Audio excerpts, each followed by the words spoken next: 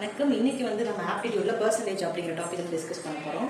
So first percentage அப்படின்னா என்னன்னா, ஒரு நம்பர் ஒரு ஃபிராக்ஷனு, அதுல டினாமினேட்டர் வந்து 100 இருக்கும். ஃபிராக்ஷன்னா வந்து x/y இந்த ஃபார்மேட்ல இருக்கும். மேல இருக்கிற x நியூமரேட்டரும் கீழே இருக்கிற y டினாமினேட்டரும் ரெண்டுமே வந்து இன்டீஜரா இருக்கும். இன்டீஜர் அப்படிங்கிறது உங்களுக்கு 0ல இருந்து இன்ஃபினிட்டி வரைக்கும் இருக்கும், -1ல இருந்து இன்ஃபினிட்டி வரைக்கும். அதாவது நெகட்டிவ் நம்பர்ஸ், பாசிட்டிவ் நம்பர்ஸ், 0 எல்லாம் இன்க்ளூட் ஆனதான் இன்டீஜர்ஸ். சோ x y ரெண்டுமே இன்டீஜர்ஸா இருக்கணும். அதோட ஃபார்முலா வந்து x/y இருக்கணும். அப்போ ஃபிராக்ஷன் பெர்சன்டேஜ் அப்படிங்கிறப்போ வந்துட்டு கீழே டினாமினேட்டர் வந்து நமக்கு 100 இருக்கும். இப்போ வந்து 5% அப்படின்னா நம்ம 5/100 அப்படின்னு சொல்லி இருக்கும்.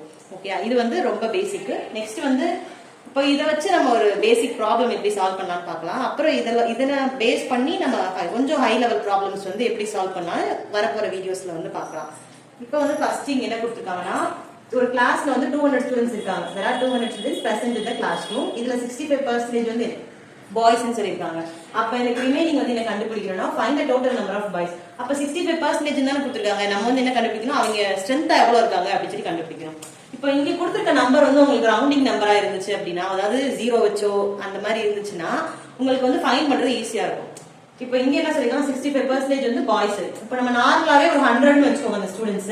இதுல வந்து 65% வந்து பாய்ஸ், ரிமைனிங் வந்து 25% வந்து கேர்ள்ஸ் அப்படின்னு சொல்லி சொன்னாங்க அப்படின்னா, சாரி 35 இந்த மாதிரி சொன்னாங்க அப்படின்னா நம்ம என்ன கண்டுபிடிப்போம், 65 35 இதுதான் வந்து அதோடைய ஆன்சரா இருக்கும். அப்ப அதுலயே வந்துட்டு 200 அப்படிங்கிறப்போ இதோட டபுள் மடங்கா இருக்கும். ஓகேவா?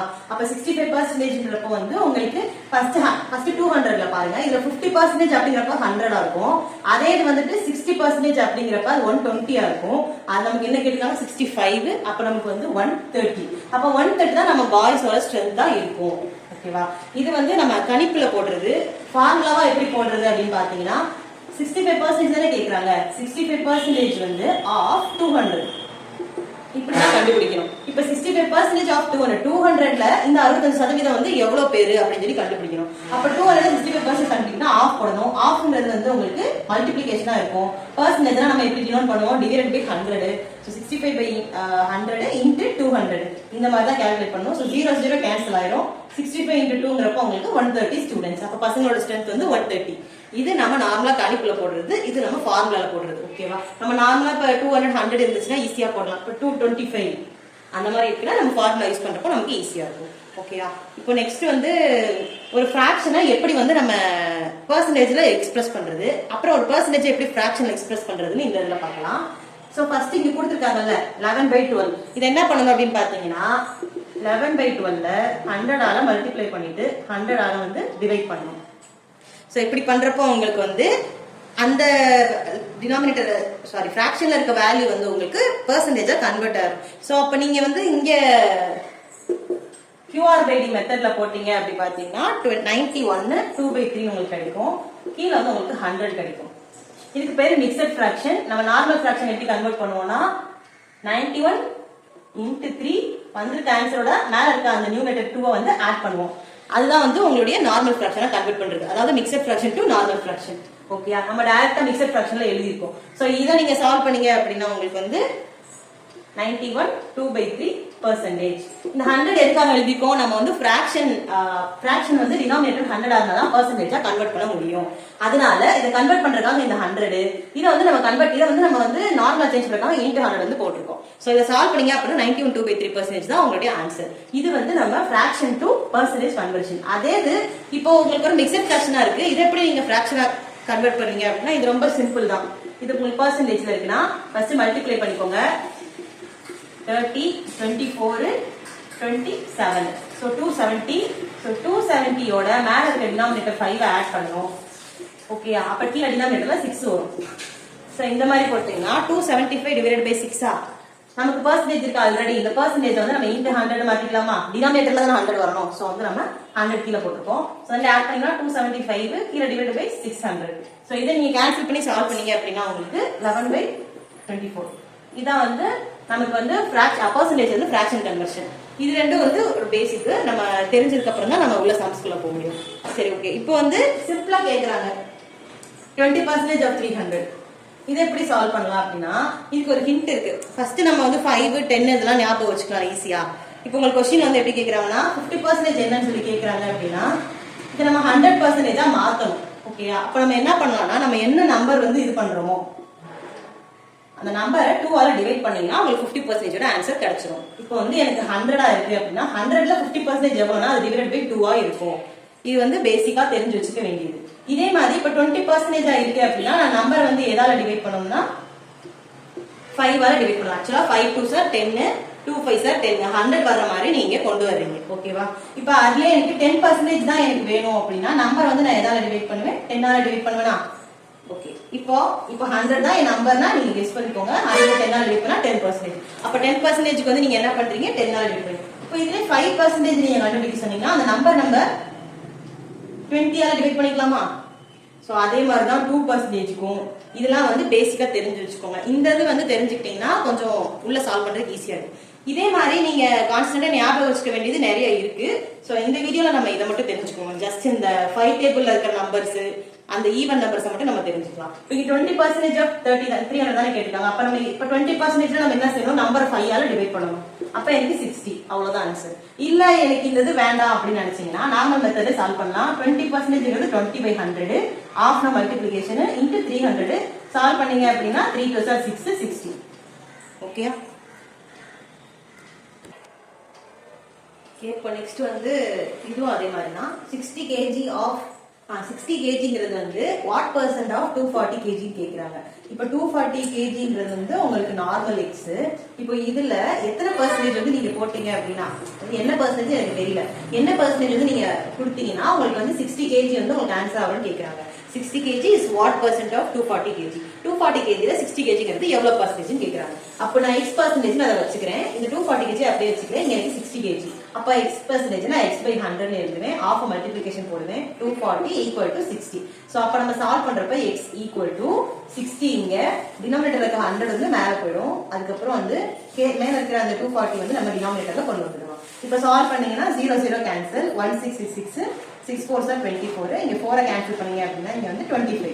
அப்ப xங்கிறது எனக்கு 25%. 25% தான் வந்து 240 kg ல 60 அப்படின்னு சொல்லி கண்டுபிடிச்சிருக்கோம். ஓகே. இப்போ நெக்ஸ்ட் பாருங்களேன். இது ஒரு டைப். இப்போ உங்களுக்கு வந்து क्वेश्चनல வந்து இன்கிரீஸ் கேக்குறாங்க. இப்போ கீழ பாருங்க. ரெண்ட் ஆஃப் தி ஹவுஸ் வந்து இன்கிரீஸ்ட் பை 7000 ல இருந்து ரூபீஸ் 7000 ல இருந்து 7700 க்கு இன்கிரீஸ் ஆயிருக்கு. அப்போ express the increase in price as percentage of original rent. அப்ப வந்து என்ன கேக்குறாங்க அப்படின்னா increase in price வந்து ஓகே இங்க என்ன கொடுத்திருக்காங்கன்னு பாருங்க. 3.5% of income வந்து taken as tax, 12.5% income வந்து சேவ் பண்ணிருக்காங்க. This leaves rupees 4053 to spend. So இது வந்து இது ரெண்டையும் ஆட் பண்ணீங்க அப்படின்னா உங்களுக்கு 4053 கிடைக்கும். 3.5% வந்து இன்கம், 12.5%ங்கிறது சேவ் பண்ணுங்க. ரெண்டுமே நமக்கு வந்து செலவு கணக்கு. அந்த செலவு ரெண்டும் சேர்த்து உங்களுக்கு 4053 இருக்கு. சோ ஃபைண்ட் தி இனிஷியல் இன்கம். சோ அப்ப வந்து நம்ம இந்த யூஸ் பண்ணிக்கலாமா? கழிஞ்சிருக்கு அப்படிங்கறப்ப நம்ம வந்து இந்த மைனஸ் தான் யூஸ் பண்ணோம். சோ வந்து அமௌண்ட் வந்து நமக்கு தெரியாது. So into 100 into 100 into 100. ஓகேயா? இங்க நமக்கு எத்தனை இருக்கு? 2 தான் இருக்கு. சோ அப்ப நம்ம வந்து 200 யூஸ் பண்ணிட்டா போதும். நெக்ஸ்ட் டைம் கொடுத்திருக்காங்க 100 minus x. சோ 100 minus எனக்கு ஃபர்ஸ்ட் x ஓட வேல்யூ 3.5. அதே மாதிரி நெக்ஸ்ட் 100 minus இந்த வேல்யூ வந்து 12.5. சோ வந்து இத நீங்க வந்து அமௌண்ட் அப்படியே வச்சிட்டு இந்த அமௌண்ட் வந்து நமக்கு ரிடக்ஷன் ஆயிருக்க அமௌண்ட் தானே. சோ வந்து 4053 அதான் நம்ம क्वेश्चनலயே கொடுத்துட்டாங்க. இத வச்சு தான் நம்ம என்ன கண்டுபிடிக்க போறோம்? Initial income. இனிஷியல் இன்கம் வந்து கண்டுபிடிக்கிறதுக்கு அமௌண்ட்ல இருந்து into 100 into 100 கீழ வந்து இது ரெண்டையும் சப்ட்ராக்ட் பண்ணீங்க அப்படினா 96.5 இங்க அதே மாதிரி சப்ட்ராக்ட் பண்ணீங்க அப்படினா 87.5. ஓகேயா? நெக்ஸ்ட் வந்து உங்களுக்கு இது கன்ஃபியூஸ் ஆகுது அப்படினா இந்த டெசிமலை வந்து நீங்க 100 ஆலயோ 10 ஆலயோ மல்டிப்ளை பண்ணி இதை நீங்க நார்மல் நம்பரா மாத்தி கேன்சல் பண்ணீங்க அப்படின்னா உங்களுக்கு ஆன்சர் வந்துட்டு ₹4800. இதுதான் உங்களுடைய இனிஷியல் இன்கம். சோ இது வந்து நமக்கு ரிடக்ஷன் ஆயிருக்கனால இந்த ஃபார்முலா யூஸ் பண்ணிருக்கோம். இது இல்லாம உங்களுக்கு அடிஷன்ல எக்ஸ்ட்ரா ஆட் ஆகுது அப்படின்னு சொன்னீங்கன்னா இந்த ஃபார்முலா வந்து யூஸ் பண்ணிக்கோங்க. ஓகேயா? ஓகே. இப்போ என்ன சொல்லிருக்காங்கன்னா 7000ல இருந்து 7700க்கு ரெண்ட் வந்து இன்க்ரீஸ் ஆயிருக்கு. அப்ப இன்க்ரீஸ் ஆன அந்த ரெண்டோட ரேட் இருக்குல்ல அந்த பெர்சன்டேஜ்ல வந்து நீங்க எக்ஸ்பிரஸ் பண்ணுங்க அப்படின்னு கேட்டிருக்காங்க. ஓகேவா? இப்போ எனக்கு வந்து 7000ங்கிறது ஒரிஜினல் ரெண்ட். அதுல இருந்து எனக்கு வந்து 7700 இன்க்ரீஸ் ஆயிருக்கு. அப்ப எனக்கு எவ்வளவு இன்க்ரீஸ் ஆயிருக்குன்னா 700 இன்க்ரீஸ் ஆயிருக்கு. ஓகேயா? சோ அப்ப இந்த 700ஓட பெர்சன்டேஜ் என்னன்னு சொல்லி கேக்குறாங்க. சோ நம்ம இங்க இந்த ஃபார்முலா யூஸ் பண்ணி சால்வ் பண்ணிக்கலாம். இன்கிரீஸ் பெர்சன்டேஜோ டிக்ரீஸ் பெர்சன்டேஜோ எது கேட்டாலுமே இன்கிரீஸ் வேல்யூ என்னன்றத மேல போடுங்க, ஒரிஜினல் வேல்யூ என்னங்கறத கீழ போட்டுக்கோங்க. அடுத்து இன்டு 100. சோ இந்த மாதிரி எக்ஸ்பிரஸ் பண்ணீங்கன்னா உங்களுக்கு வந்து இன்கிரீஸ் ஆனது 700. 700 கீழ ஒரிஜினல் வேல்யூ வந்து நமக்கு 7000. அப்ப 7000 இன்டு 100 சால்வ் பண்ணீங்கன்னா 100 ஓகே. Sorry, 10. So 10%.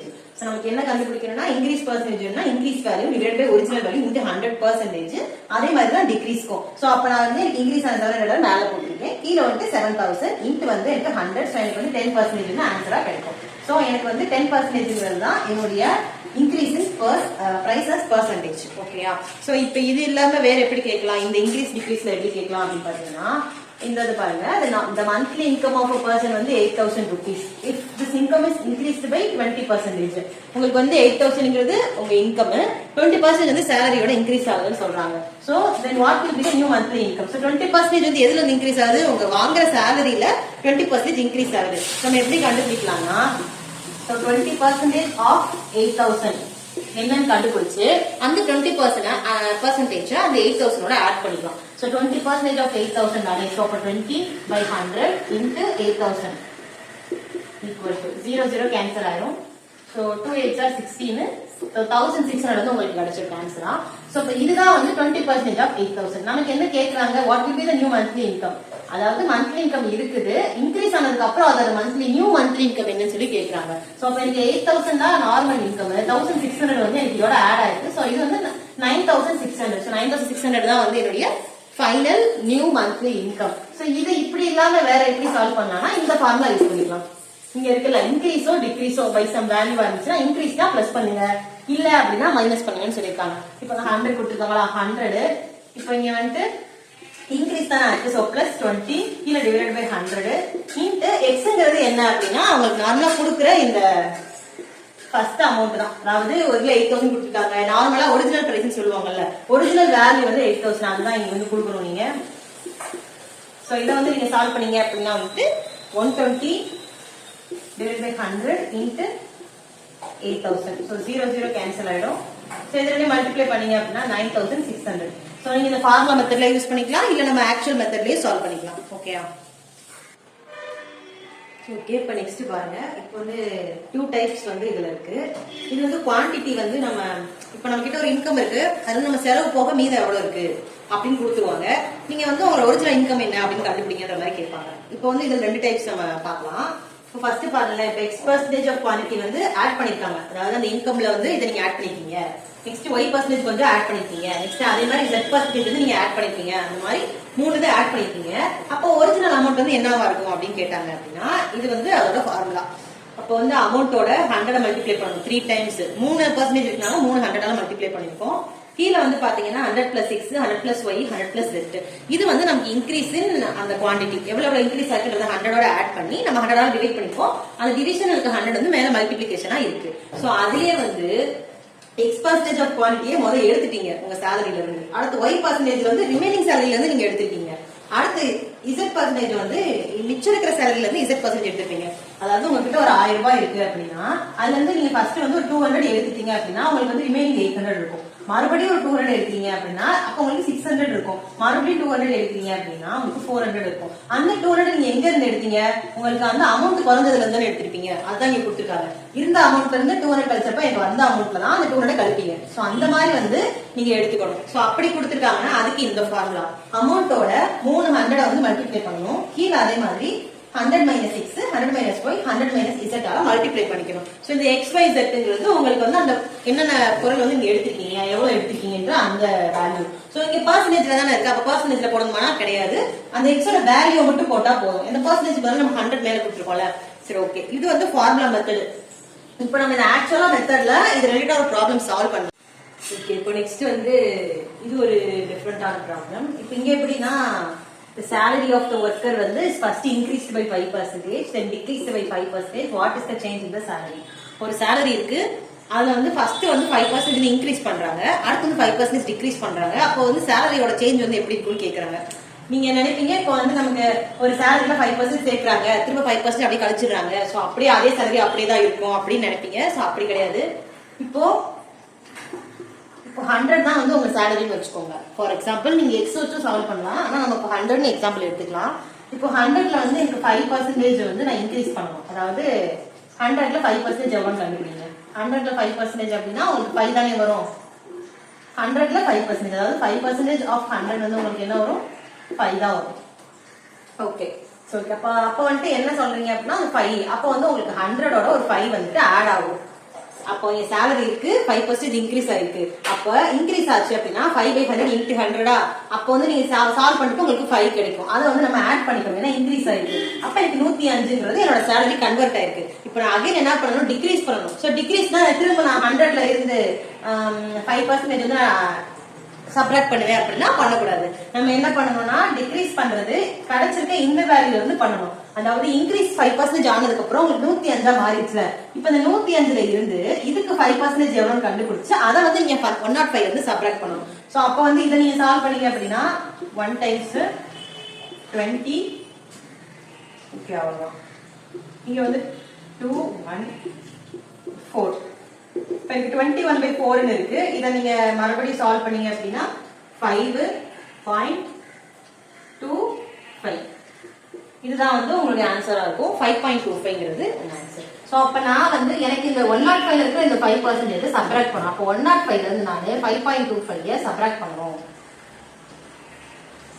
இப்போ எனக்கு ஆன்சர் என்ன வரும்? ஸோ இது உங்களுக்கு கன்ஃபியூஸ் ஆச்சுன்னா நீங்க வந்து பாயிண்ட்டை வந்து சேஞ்ச் பண்ணிட்டு இன்ட்டு 100 போட்டு சால்வ் பண்ணிடுங்க. ஸோ நம்ம இதை சப்ராக்ட் பண்ணோம்னா 105ல இருந்து 5.25%. ஸோ வந்துட்டு நம்ம சப்ராக்ட் பண்ணுறப்போ 75. அப்போ இங்கே 99.75. ஸோ 99.75 தான் என்னுடைய ஆன்சர். ஸோ 99.75 தான் ஆன்சரான்னு கேட்டால் இல்லை. நான் என்ன கண்டுபிடிக்கணும்? What is the change in the salary. சேலரியில என்ன சேஞ்ச் அப்படின்னு பாத்தீங்கன்னா எனக்கு ஃபர்ஸ்ட் சேலரி வந்து நான் 100 தானே அசியூம் பண்ணேன். அந்த 100ல இருந்து இந்த 99.75 சப்ராக்ட் பண்ணீங்கன்னா 0.25. அப்ப 0.25 தான் என்னுடைய சேஞ்ச் இன் சேலரி. இவ்வளவுதான் எனக்கு சேஞ்ச் ஆயிருக்கு. சோ இவ்வளவு காம்ப்ளிகேட் பண்ணி பண்ணணுமா அப்படின்னா இல்ல. அதுக்கு வந்து இந்த ஃபார்முலா யூஸ் பண்ணிக்கோங்க. இப்போ என்ன சொல்லிருக்காங்க? ஒரு வேல்யூ வந்து எப்படி இன்க்ரீஸ் ஆகுது ஃபர்ஸ்ட் A%, அப்புறம் வந்து டிக்ரீஸ் ஆகுது A%. அப்படின்னா உங்களோட ஆன்சர் என்ன அப்படின்னா A% அப்படின்றப்போ வந்து இந்த இடத்துல நம்ம 5 தானே, இங்கேயும் 5 இங்கேயும் 5. இப்போ இங்க A இருக்கு இங்க B இருக்குன்னா நம்ம வேற ஏதாவது சால்வ் பண்ணிக்கலாம். A ரெண்டும் சேமா இருக்கு, இங்கேயும் சேமா இருக்குன்னா A²/100% நீங்க ஆன்சர் கண்டுபிடிக்கணும். அப்ப எனக்கு 5 னா 5² டிவைடட் பை 100. சோ இதோட பெர்சன்டேஜ். சோ 5² எனக்கு 25. 25/100 க்கு பெர்சன்டேஜ் என்ன அப்படி பாத்தீங்கன்னா 1/4. 1/4 வந்து 0.25. அப்ப 0.25 தான் என்னுடைய ஆன்சர். சோ இப்படியே சால்வ் பண்ணிக்கங்க. இது ஆக்சுவல் மெத்தட், இது வந்து ஃபார்முலா மெத்தட். சோ இதன் தொடர்ந்து வந்து நாளைக்கு வீடியோல நம்ம வந்து இன்னும் கொஞ்சம் ப்ராப்ளம்ஸ் பார்க்கலாம். அது எக்ஸ்பெண்டிச்சர் கமோடிட்டி பத்தின வீடியோ நாளைக்கு பார்க்கலாம். அதுக்கப்புறம் பாப்புலேஷன் ரிலேட்டடாகவும் நாளைக்கு வீடியோஸ் பார்த்துட்டு அப்புறம் நம்ம சம் சால்வ் பண்ணலாம். இதுல ஏதாவது டவுட் இருந்துச்சுன்னா கமெண்ட் செக்ஷன்ல கேளுங்க. தேங்க்யூ.